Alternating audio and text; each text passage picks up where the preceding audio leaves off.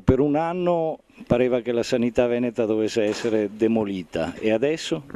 Abbiamo visto i pareri più discordanti sui giornali, sostanzialmente sono uscite delle chiacchiere perché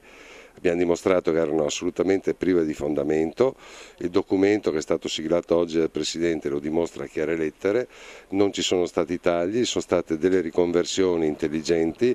da posti letto per acuti li abbiamo, come dire, riconvertiti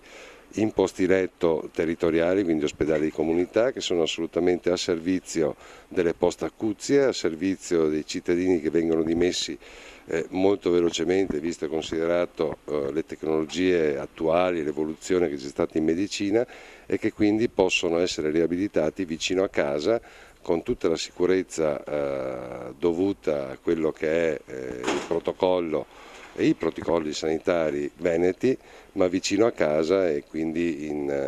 con la possibilità dei propri cari di poter assistere il paziente. Si può dire che il territorio è la grande novità di queste schede? Sì, una riconversione intelligente che ci permette di risparmiare, sfruttare al meglio quelle che sono le nuove tecnologie e le innovazioni sanitarie e che quindi, nonostante Roma continui a tagliare la linfa, noi la linfa la inventiamo in Veneto e la inventiamo cercando di sfruttare al meglio le risorse in disponibilità e quindi fare la vera razionalizzazione, sfruttare meglio le risorse senza tagliare i servizi.